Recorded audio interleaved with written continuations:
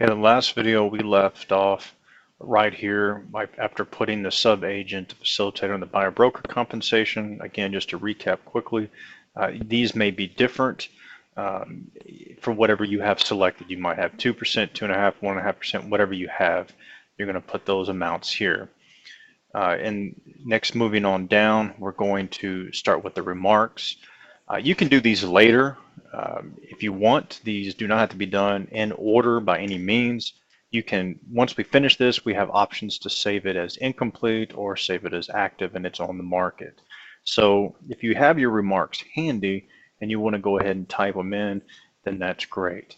So I'm just going to, for instructional purposes, I'm just going to copy what was on the old MLS, and then I'm just going to throw those in here.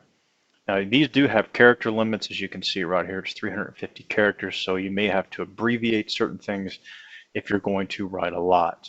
But just remember, the remarks column is typically set up for information about the home, describing it to the world, because the non-realtors see this box.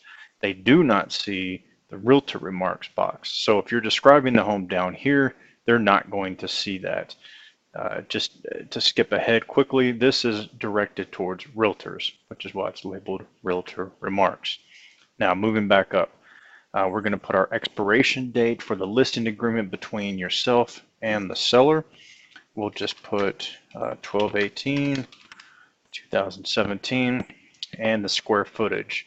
Again, you can use the old MLS and the tax ID.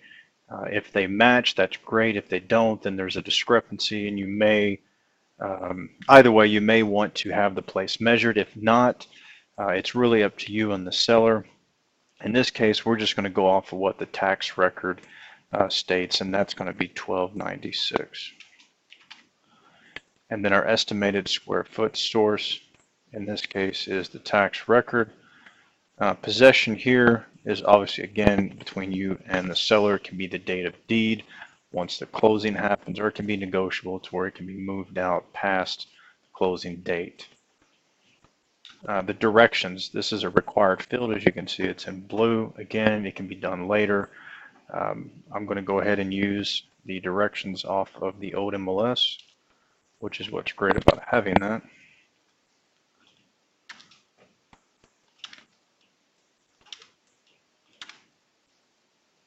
All right, so now that we have those in there, we'll go ahead and move on to the realtor remarks. Now, in the realtor remarks, a lot of things that we put in there are for information to the other realtor. You know, what can they expect? What are they going to do with the offers that they want to present? Things like that. You can be very specific, or you can just have a template and be vague about it. So in here, we typically put things like, hey, if any offers are presented on Friday through Sunday, then, you know, we may or may not be handling those on the following business day. And I'm going to go ahead and copy and paste what I normally write. This is our default that we put in here, and that's please submit offers and questions to our designated email address, and any offers Friday through Sunday, you know, has the potential to not be viewed until Monday.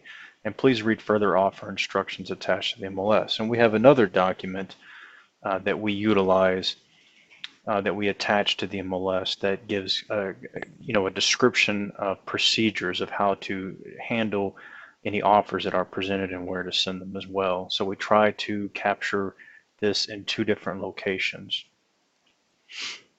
So as we move down, buyer financing, here typically most homes we can be safe in assuming that, you know, it can be FHA, we can do other, and VA.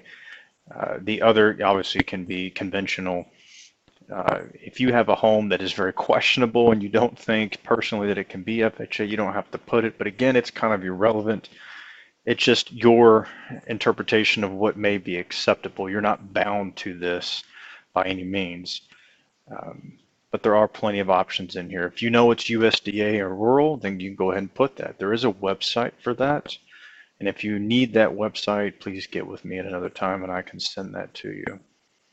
Here, the good thing about finding the tax info on the previous screen is it throws certain information in here, and one of them being the property taxes. You don't have to look that up. Now, the type of the home. What is the type? So the type is going to be a site-built home, unless you're doing a zero lot line or any of these others here. But for typical residential properties, you're looking at a site-built home. All right, the next option that we're going to look at is how many stories is the home. In this case, it's a ranch, so it is a 1-story. And the year built is already in there. The built information is existing in this case. It's not an historic home. It hasn't been renovated. It's not any of these other things do not pertain. So we're just going to put existing. The driveway is blacktop. Again, this is on the old MLS, and obviously if you've been to the property, you'll be able to know most, if not all, of these items. If there's an association with it, you can go ahead and put that in here. If you know the transfer fee, you can put that in here. Again, these are blacked out because they're not required, but if you know them, go ahead and put them. It really helps out because you're going to get asked these questions regardless. Having found the tax info on the previous screen also throws in the lot size and the acreage for you. Roof material, 99 out of 100 times it's going to be composition shingle. None of these other things, but if it is, obviously select the right choice. The garage parking for this. In this case, this property has a 2-car carport. So we're going to put 2 because it says garage/parking. And then the description is a carport. And we'll put that. The construction. Is it siding, all brick, partial brick, etc.? So this one is siding. The exterior trim, what is it? And here we're going to have vinyl. The basement, there's no basement. This one is on a slab. So we'll check slab, and you can also have crawl from a lot of the properties around here. If it's on a lake or any other type of waterfront, then we'll select these options. Here we're going to pick the flooring. Now this is where you start getting into number of selections. You'll see here it says floors and it's in parentheses says 4. That means I can only select 4 options. I can't go through here and put 6 different choices. I have to be exact with what I'm picking. So we're going to put carpet. I don't have to pick 4, mind you. I'm just saying my limit is 4. So I got carpet and finished wood and vinyl. And that's it for that. We'll go ahead and pause here, and then we'll talk about the below sections in another video.